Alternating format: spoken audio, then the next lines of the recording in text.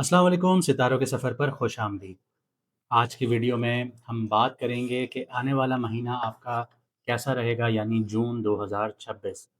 इसमें हम बात करेंगे आपके करियर की, आपके बिज़नेस की, फाइनेंस की, इन्वेस्टमेंट्स की, आपके लव, रिलेशनशिप्स की, मैरिड लाइफ़ की, आप लोगों की हेल्थ की, आप लोगों के लिए अपॉर्च्युनिटीज़ कहाँ हैं, चैलेंजेस कहाँ हैं, इनको कैसे टैकल करना है।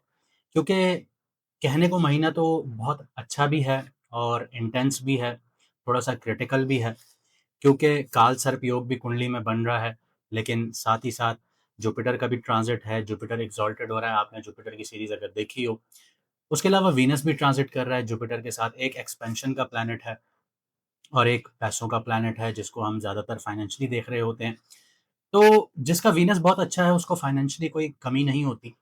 लेकिन जब जुपिटर अच्छी प्लेसमेंट में आता है, जैसे आप लोगों ने अक्टूबर लास्ट ईयर 2025 से दिसंबर में देखा कि एक राहत का पीरियड मिला आप लोगों को, क्योंकि जुपिटर कैंसर में ट्रांज़िट किया था, लेकिन वो स्टैंड स्टिल पोज़ीशन पर था, 0 डिग्री पर आके रुक गया था। लेकिन अब जुपिटर जो है वो फ़ास्ट फॉरवर्ड पोज़ीशन में है, मोशन में है सॉरी, और कैंसर में ट्रांज़िट कर रहा है और ये उसका शर्फ़ है, शर्फ़ का प्लेसमेंट है यानी उच्च का है।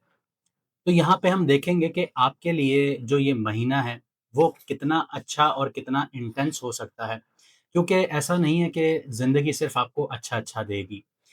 कुदरत का निज़ाम ऐसे नहीं चलता। कुदरत जो है वो आपको अगर एक अपॉर्च्युनिटी दे रही है तो 10 हर्डल्स भी देगी, और अगर 10 हर्डल्स दे रही है तो 100 दरवाज़े भी आपके लिए खोलेगी, कि आपको समझना होगा कि आपको कौन से दरवाज़े से आगे बढ़ना है। तो ये चीज़ सबसे ज़्यादा मैटर करती है कि आपको अपना रास्ता समझना है कि आपने आगे बढ़ना कहाँ से है। तो ये चीज़ बहुत मैटर करती है, वरना देखें आप लोग, कई लोगों ने ये भी देखा होगा कि एक आप लोगों के मोहल्ले में कोई ऐसा होगा शख्स, जिसने कोई दुकान खोली या जिसने कोई नौकरी की, लेकिन वो सक्सेसफुल नहीं हुआ। वो उस दुकान में ही फँस के रह गया, खर्चे उसके बढ़ते चले गए, लेकिन दुकान उस तरह नहीं चली। इसकी बड़ी वजह ये होती है कि ज़रूरी नहीं है कि आपकी किस्मत में सिर्फ़ दुकान खोलना है या बिज़नेस करना है। कुछ लोग जॉब करके भी 15-15, 20-20 लाख रुपए की सैलरीज़ लेते हैं, और कुछ लोग बिज़नेस करके भी 30-40 हज़ार रुपए दिन का कमाते हैं, यानी कि 3-4 लाख रुपए। और कुछ लोग तो सिर्फ़ जेब से भर रहे होते हैं, एक्सपेंसेस पूरे कर रहे होते हैं और आखिर में कारोबार बंद करके घर चले जाते हैं। तो हमें समझना होता है कि आपके लिए फ़ील्ड कौन-सी बेहतर है। यानी कि आप ये कह सकते हैं कि सिर्फ़ आपके पास डॉक्टरशिप या फिर आपके पास इंजीनियरिंग या फिर आपके पास कोई भी बिज़नेस है, बिज़नेस की नेचर्स डिफरेंट होती हैं। अब रियल एस्टेट का बिज़नेस है, हमारे पाकिस्तान में तो ऑब्वियसली रियल एस्टेट का बिज़नेस लोग ज़्यादा फ़ॉलो करते हैं। जिसको पैसा मिला उसने ज़मीन ली, छोड़ दी, जिसको पैसा मिला उसने घर लिया, किराए पे दिया और खुद कहता है कि बस अब ज़िंदगी आसान है। तो इस तरह से ज़िंदगी नहीं चलती, उनके ऊपर भी फाइनेंशियल क्रंचेस आ जाते हैं। क्योंकि इंसान स्ट्रैटेजिकली नहीं चल रहा होता। जब स्ट्रैटेजिकली चलेंगे आप, तो फिर आगे बढ़ेंगे। तो आइए वीडियो को शुरू करते हैं, लेकिन 2 बातें मैं कहना चाहूँगा कि कुछ लोगों को अपना मून साइन नहीं पता, तो वो मिसगाइड हो जाते हैं वीडियोज़ देखते-देखते। हर किसी की वीडियोज़ देख रहे होते हैं, तो जिनको अपना मून साइन नहीं पता, वो कमेंट सेक्शन में अपनी ओरिजिनल डेट ऑफ बर्थ लिखें, आपको आपका मून साइन बता दिया जाएगा। लेकिन शर्त ये है कि आपकी ओरिजिनल डेट ऑफ बर्थ होनी चाहिए। इसके अलावा हम लोग लाइव भी आते हैं, तो आप लोग सब्सक्राइब कर लीजिए ताकि लाइव में आपकी और हमारी बातचीत होती रहे। हम आपके एक-एक सवाल का जवाब देते रहेंगे। इसके अलावा जो लोग अपॉइंटमेंट लेना चाहते हैं, तो व्हाट्सएप का नंबर आपकी स्क्रीन पर आ रहा होगा। आप मुझसे या मैडम एस्ट्रोलॉजर एन बख्श से अपॉइंटमेंट हासिल कर सकते हैं। मैडम का जो तजुर्बा है वो 19 साल का है और मेरा 4 साल का है। इसके अलावा हमें मैसेजेस आ रहे थे कि आप लोग अपनी फ़ीस, अपना डिस्काउंट वापस स्टार्ट कर दीजिए, क्योंकि हम लोग इतना अफ़ोर्ड नहीं कर सकते। तो आप लोगों की गुज़ारिश, रिक्वेस्ट पर हम लोग 50% ऑफ दोबारा स्टार्ट कर रहे हैं। तो जो लोग अपॉइंटमेंट बुक करवाना चाहते हैं, व्हाट्सएप का नंबर आपकी स्क्रीन पर है। आप लोग मैसेज करके अपना अपॉइंटमेंट स्लॉट बुक करवा सकते हैं। आइए वीडियो को शुरू करते हैं। तो पहले प्लेसमेंट्स को समझ लेते हैं, प्लैनेटरी प्लेसमेंट समझ लेते हैं। जो मार्स है वो एरीज़ में होगा, half of the month. Half of the month से आप ज़्यादा कह लीजिए। मार्स एरीज़ में होगा, सन जो है वो आपका टॉरस में होगा, टॉरस से ट्रांज़िट करेगा 15th ऑफ जून को जेमिनी में।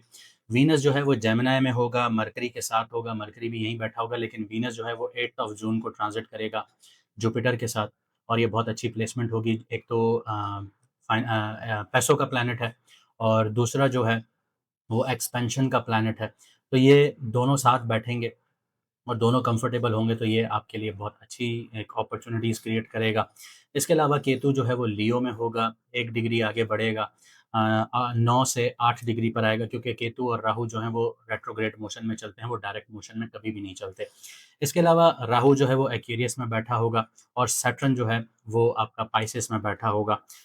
लेकिन यहाँ पे जो सैटर्न है, इसका मैं आपको डिटेल में बताऊँगा कि सैटर्न की जो नज़रात हैं, जुपिटर की जो नज़रात हैं, सन के ऊपर पड़ रही हैं, सैटर्न के ऊपर पड़ रही हैं। तो ये चीज़ें यहाँ पे हम डिस्कस करेंगे कि इसका इम्पैक्ट आपके ऊपर कैसे आता है। तो आगे बढ़ते हैं, देखते हैं कि आपकी कुंडली पर क्या इम्पैक्ट आता है। तो अगर आपका मून साइन कैंसर है, यानी कि कर्क राशि है, यानी कि बुर्ज सरतान है, तो सबसे पहले मून की मूवमेंट देखते हैं। तो जो मून की मूवमेंट होगी उसके हिसाब से आपके फेवरेबल और अनफेवरेबल डेज कंसिडर होंगे। तो जो जून का महीना होगा वो आप लोगों के लिए इमोशंस और इंट्यूटिव जो एनर्जी है उसके लिए बहुत स्ट्रांगली उन पर अफेक्ट करेगा।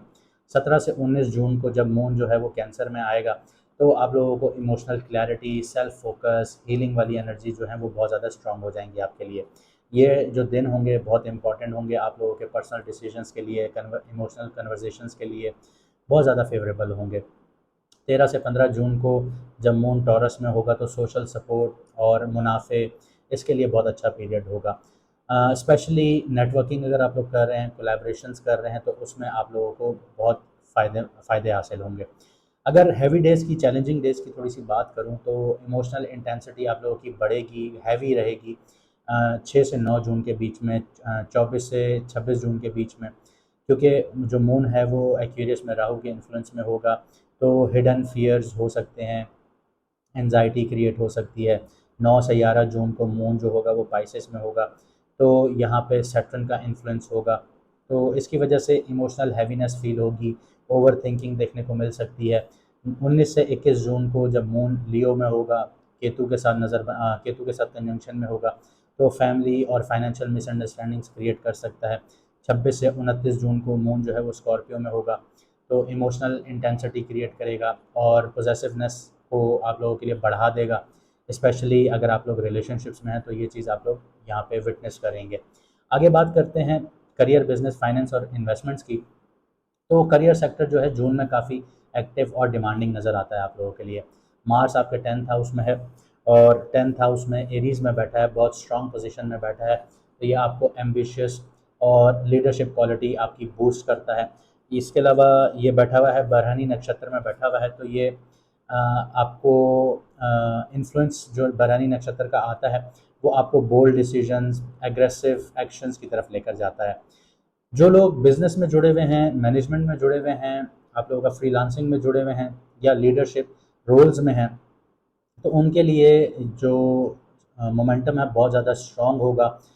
लेकिन मार्स जो है वो एग्रेसिव एनर्जी है, काम की जगह पर ये इम्पेशंस क्रिएट करता है। तो अगर इमोशनल कंट्रोल मेंटेन नहीं किया गया तो ये सारी चीज़ें आपकी बिखर भी सकती हैं। और मार्स जो है वो 21 जून को आपके 11th हाउस में ट्रांजिट करेगा। ये भी बहुत अच्छी प्लेसमेंट है, आपको दोस्तों यारों से फ़ायदे मुनाफे मिलेंगे, लेकिन आपकी जो ज़बान है या आपके जो एक्शंस हैं वो बहुत ज़्यादा इम्पल्सिव हो जाएंगे। इस चीज़ को आपने थोड़ा सा एहतियात से टैकल करना है। फाइनेंशियली बात की जाए तो सन 11th हाउस में बैठा हुआ है, ये मिड मंथ में ट्रांजिट करेगा आपके 12th हाउस में। तो टॉरस में बैठा हुआ है सन, तो फर्स्ट हाफ में गेन्स, नेटवर्क सपोर्ट, ये सारी चीज़ें आपको मिलेंगी, मुनाफे मिलेंगे। जुपिटर जो है वो आपके फर्स्ट हाउस में आ जाएगा। इसकी वजह से फाइनेंशियली वाइज जो डिसीजंस होंगे, लॉन्ग टर्म प्लानिंग जो होगी, उनमें बहुत ज़्यादा आपको सपोर्ट मिलेगी। अगर आप लोग पार्टनरशिप्स में बिजनेस कर रहे हैं वहाँ पे भी आप लोगों को सपोर्ट मिलेगी, क्योंकि जुपिटर बहुत ज़्यादा पॉजिटिव हो जाएगा। राहु जो 8th हाउस में बैठा हुआ है, स्पेकुलेटिव इन्वेस्टमेंट्स हो गई, क्रिप्टो हो गया, हिडन इनकम अपॉर्चुनिटीज़ हो गई, उसकी तरफ अट्रैक्शन क्रिएट करेगा आप लोगों के लिए। लेकिन रिस्क भी ज़्यादा यहाँ पे होगा, क्योंकि 8th हाउस है, अनसर्टेनिटी का घर है। शॉर्ट टर्म जो गेन्स हैं वो पॉसिबल हैं, लेकिन इम्पल्सिव जो ट्रेडिंग है वो आप लोगों ने अवॉइड करनी है। ज़रूरी बात यह है कि मंथ के एंड में मरकरी जो है वो रेट्रोग्रेड होगा यहाँ पे, तो आपके फर्स्ट हाउस में आएगा, फिर रेट्रोग्रेड हो जाएगा, तो ये कन्फ्यूजन और डिलेड कम्युनिकेशन क्रिएट करेगा। इसलिए कॉन्टैक्ट्स हो गए, इन्वेस्टमेंट्स हो गई, इनको ना डिटेलली आप लोगों ने केयरफुली आप लोगों ने इसको इवैल्यूएट करना है, चीज़ों को देखना है। बगैर देखे सोचे समझे आप लोगों ने साइन वगैरह नहीं करने। बहुत सोच समझ के केयरफुली अपने डोज़ियर्स को आप लोगों ने वेरीफ़ाई करना है, चीज़ों को देखना है। 2-3 दफ़ा कीजिए, भले टाइम लगता है लेकिन उसको करके फिर आप सबमिट कीजिए। वरना आप लोग लीगल ऑब्लिगेशंस में भी आ सकते हैं, क्योंकि 12th हाउस है। 12th हाउस और 6th हाउस जो मिरर रिफ्लेक्शंस होंगी, वो 6th हाउस जो है वो आपको लिटिगेशंस में लेके जा सकता है, और 12th हाउस जो है वो आपको जेल की तरफ भी लेके जा सकता है, सिर्फ आपकी ज़बान और एक आप ये कह लीजिए कि जो आप कहते हैं कि आपने नज़रअंदाज कर दी कोई गलती, तो उसकी वजह से। अब आगे बात करते हैं लव और रिलेशनशिप्स की। तो लव लाइफ में इमोशनली आप लोग बहुत ज़्यादा डीप हो जाएंगे, ट्रांसफॉर्मेटिव नज़र आएंगे, क्योंकि स्कॉर्पियो आपका 5th हाउस है, इस पर राहु की नज़र पड़ती है। तो इन्फ्लुएंस जो है ये ऑब्सेशन और इंटेंस अट्रैक्शन क्रिएट करता है आपके लिए। सिंगल्स के लिए मिस्टीरियस या इमोशनली कॉम्प्लिकेटेड कनेक्शंस डेवलप हो सकते हैं।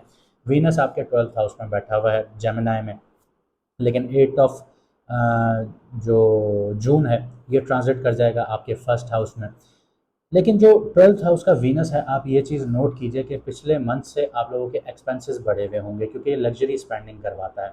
तो यहाँ पे आपके एक्सपेंसेस भी बढ़े हुए थे, लेकिन अब जो है वो आपकी पर्सनालिटी ग्रूम होगी। तो जो 12th हाउस का जो वीनस है, ये फ़िलहाल आपको हिडन फीलिंग्स देगा और प्राइवेट इमोशनल अटैचमेंट्स भी क्रिएट करवाएगा। इसके अलावा कमिटेड जो रिलेशनशिप्स हैं, जो कमिटेड लोग हैं, इमोशनल अंडरस्टैंडिंग आप लोगों की इम्प्रूव हो सकती है अगर आप लोग अपनी कम्युनिकेशन को ऑनेस्ट रखते हैं। इसके अलावा मार्स जो है वो आपका 10th हाउस में बैठा है, जो काम का प्रेशर बहुत ज़्यादा कर रहा है, बर्नआउट की आपको फीलिंग दे सकता है कि आप इतना एग्रेसिव होकर काम करें कि आप बर्नआउट फील करें। ईगो क्लैशेस क्रिएट हो सकते हैं, ऑफिस पॉलिटिक्स का शिकार हो सकते हैं। तो 17 से 19 जून का जो पीरियड होगा वो बॉन्डिंग और इमोशनल हीलिंग के लिए सपोर्टिव रहेगा। बहुत ज़्यादा ओवर वर्क की तरफ ना जाएं, अपने आप को बर्नआउट का शिकार ना करें, वरना आपकी जो घर की जो ज़िंदगी है वो डैमेज हो सकती है, क्योंकि इम्बैलेंस क्रिएट होगा तो आप लोग उसको मेंटेन नहीं कर पाएंगे। तो इस चीज़ में आप लोगों ने एक मेंटेन रखना है। और जो आप लोगों का जो 8th हाउस है ये आपको सॉरी 5th हाउस है, इस पे मार्स की जो 8th एस्पेक्ट है ये आप लोगों को बहुत ज़्यादा इंटेंस बनाएगी रोमांस के हवाले से, जिससे आप लोगों की बॉन्डिंग मजबूत हो सकती है। 24 से 29 जो जून होगा, इसके दरमियान में एक जेलसी, इमोशनल इनसिक्योरिटी या मिसअंडरस्टैंडिंग वाला पीरियड एक्टिव हो सकता है। तो इन चीज़ों को आप लोगों ने अवॉइड करना है। आगे बात करते हैं हेल्थ और वेलबींग की आपकी। तो हेल्थ के पर्सपेक्टिव से 10th हाउस में बैठा जो मार्स है ये स्ट्रेस रिलेटेड फटीग क्रिएट करता है, बर्नआउट क्रिएट करता है। तो काम का प्रेशर बढ़ेगा, ओवर एक्सर्शन जो है वो फिजिकल एग्जॉशंस में क्रिएट हो सकती हैं, कन्वर्ट हो सकती हैं। सैटर्न जो है वो 9th हाउस में है, लॉन्ग टर्म मेंटल बर्डन और इमोशनल हैवीनेस का जो स्लो पेस उसमें बिल्ड करता चला जाएगा। तो यहाँ पे आप लोगों को बहुत एहतियात से काम लेना है, ये ना हो कि आपकी रूटीन जो है वो डिस्टर्ब होना शुरू हो जाए, आपका ये ना हो कि मेंटल हेल्थ डिस्टर्ब होना शुरू हो जाए, क्योंकि सैटर्न ने पिछले 3 साल 4 साल में आप लोगों को बहुत ज़्यादा मेंटली डिस्टर्ब रखा है। तो वो बर्डन वापस ना आए, इमोशनली हैवीनेस आप लोग बहुत ज़्यादा इमोशंस में ना डूबना शुरू हो जाएं, जिसकी वजह से आपका काम अफेक्ट करना शुरू हो जाए, घर की लाइफ अफेक्ट करना शुरू हो जाए। तो इस चीज़ को आपने थोड़ा एहतियात से हैंडल करना है। इसके अलावा मरकरी रेट्रोग्रेड होगा हाफ ऑफ द मंथ, तो ओवर थिंकिंग आप लोगों की बढ़ना शुरू हो जाएगी। इसके अलावा डाइजेस्टिव सिस्टम जो है वो थोड़ा सेंसिटिव रह सकता है, एनजाइटी रिलेटेड फटीग जो है वो नोटिसेबली आप देखेंगे। इसके अलावा 6 से 11 जून और 24 से 29 जून जो होगा ये इमोशनली ड्रेनिंग पीरियड होगा आप लोगों के लिए, क्योंकि जुपिटर आपके 1st हाउस में बैठा हुआ है। तो यहाँ पे आप लोगों को थोड़ी सी हीलिंग भी मिलेगी, हाइड्रेशन और इमोशनल डिटॉक्स इस मंथ बहुत बेनिफिशियल रहेंगे आप लोगों के लिए। इन चीज़ों को आपने छोड़ना नहीं है। अब बात करते हैं कुछ चैलेंजेस और कुछ अपॉर्चुनिटीज़ की। तो सबसे बड़ा चैलेंज आप लोगों के लिए ये है कि इमोशनल इंटेंसिटी और करियर का प्रेशर जो है उसमें बैलेंस आपको बनाना होगा। मार्स 10th हाउस में है, तो क्विक एक्शन, इम्पेशंस क्रिएट करेगा आपके लिए, जबकि सैटर्न जो है वो 9th हाउस में बैठा हुआ है और यहाँ पे पेशेंस और मैच्योरिटी आप लोगों से डिमांड करता है। इसकी वजह से आप लोगों को जो है थोड़ा-सा एहतियात से काम लेना चाहिए, अपने अंदर पेशेंस लानी चाहिए, मैच्योरिटी आप लोगों ने शो करनी है, क्योंकि हर कैंसर वाले के अंदर मैच्योरिटी नहीं होती और हर सवा 2 दिन के बाद आपका मूड जो है वो बहुत आप ये कह लीजिए कि सिवियरली अफ़ेक्ट करता है आपकी चीज़ों को। तो इस चीज़ में बहुत एहतियात रखिएगा। ये ना हो कि अपने मूड के हिसाब से आप लोगों को चलाना शुरू करें या अपने काम को चलाना शुरू करें, तो ये चीज़ें आप लोगों को नुकसान दे सकती हैं। अपने मूड पर काबू रखें। इसके अलावा राहु जो बैठा हुआ है वो आपके 8th हाउस में बैठा हुआ है, तो ये हिडन फियर्स लेकर आएगा। इमोशनली अनप्रेडिक्टेबली आप ये कह सकते हैं अनप्रेडिक्टेबिलिटी क्रिएट कर सकता है आप लोगों के लिए। तो यहाँ पे थोड़ा-सा आप लोगों ने एहतियात रखना है, और फाइनेंसेस के मामलात में भी आपने थोड़ा-सा बजट के हिसाब से चलना है। अपनी बजटिंग अच्छी रखनी है। ये ना हो कि आप खुला हाथ रखें, क्योंकि वीनस आपके 8th ऑफ जून तक 12th हाउस में रहेगा, तो खुला हाथ रहेगा, लेकिन आप लोगों ने बजटिंग करनी है, ये ज़रूरी है। क्योंकि अनप्रेडिक्टेबिलिटी आपको राहु दे रहा है, जो कि अचानक से दे भी सकता है, छीन भी सकता है आपसे। अपॉर्चुनिटीज़ की बात करते हैं, तो अगर आप लोग लीडरशिप में हैं, करियर में एडवांसमेंट चाहते हैं, नेटवर्किंग में जुड़े हुए हैं, लॉन्ग टर्म प्लानिंग में हैं, तो वो बहुत ज़्यादा स्ट्रॉन्ग फैक्टर्स हैं आप लोगों के लिए। 13 से 19 जून का जो पीरियड है, ये मीटिंग्स के लिए, कोई प्रोडक्ट लॉन्च करने के लिए, इंपॉर्टेंट डिसीजंस लेने के लिए बहुत ज़्यादा फेवरेबल होंगे। इसके अलावा जुपिटर आपके फर्स्ट हाउस में बैठा होगा, तो इसकी वजह से आपको राइट गाइडेंस मिलना शुरू होगी। इमोशनल क्लैरिटी जो है वो ग्रेजुअली आप लोगों की इम्प्रूव होगी। अब बात करते हैं कुछ रेमेडीज़ की। तो जो मरकरी है वो रेट्रोग्रेड होगा मंथ एंड में, तो आप लोगों ने जर्नलिंग करनी है। बहुत ज़्यादा थॉट्स को दिमाग में गैदर नहीं करना, लिखना शुरू कीजिए, मुश्किलात का हल निकालिए, और अगर नहीं है तो अल्लाह पे छोड़िए, बस उसको भूल जाइए, अपने दिमाग पे बहुत ज़्यादा हावी ना करें। इसके अलावा अपनी नींद का जो पैटर्न है, सर्कल है, सॉरी, नींद का जो पैटर्न है उसको प्रॉपर्ली फॉलो कीजिए, अपनी प्रॉपर नींद लीजिए, वरना आप लोग डिस्टर्ब हो सकते हैं मेंटली। और अपना जो वर्क आप लोग जो काम करते हैं, जहाँ पे करियर आप लोग फॉलो कर रहे हैं, बिज़नेस फॉलो कर रहे हैं, जॉब्स फॉलो कर रहे हैं, तो उसमें बहुत ज़्यादा बर्नआउट का शिकार नहीं होना, बहुत ज़्यादा काम का लोड नहीं लेना, ओवर कमिटमेंट्स नहीं करनी, क्योंकि आप लोग फँस सकते हैं। आप लोगों के लिए एनर्जी तो आप लोगों के अंदर भरपूर है, लेकिन आप लोग इस चीज़ में फँस सकते हैं, तो थोड़ा एहतियात कीजिएगा। इसके अलावा 2 रेमेडीज़ ऐसी बताऊँगा, 1 रेमेडी बताऊँगा आपको, 2 नहीं बताऊँगा। एक रेमेडी एक ऐसी है आप लोगों के लिए कि वो आप लोगों ने सारी ज़िंदगी कंटिन्यू करनी है। अ, स हफ़्ते में 1 दिन ऐसा ले लीजिए कि आप गरीब को, जो मज़दूर है, उसको खाना खिलाइए, और खाना वो खिलाइए जो आप खुद खाते हैं। चाहे आप रेस्टोरेंट से लेके दीजिए, चाहे आप घर से बना के दीजिए। घर से बना के देंगे बहुत अच्छी बात है, और अगर रेस्टोरेंट से लेके देंगे वो भी बहुत अच्छी बात है, कोई मसला नहीं है।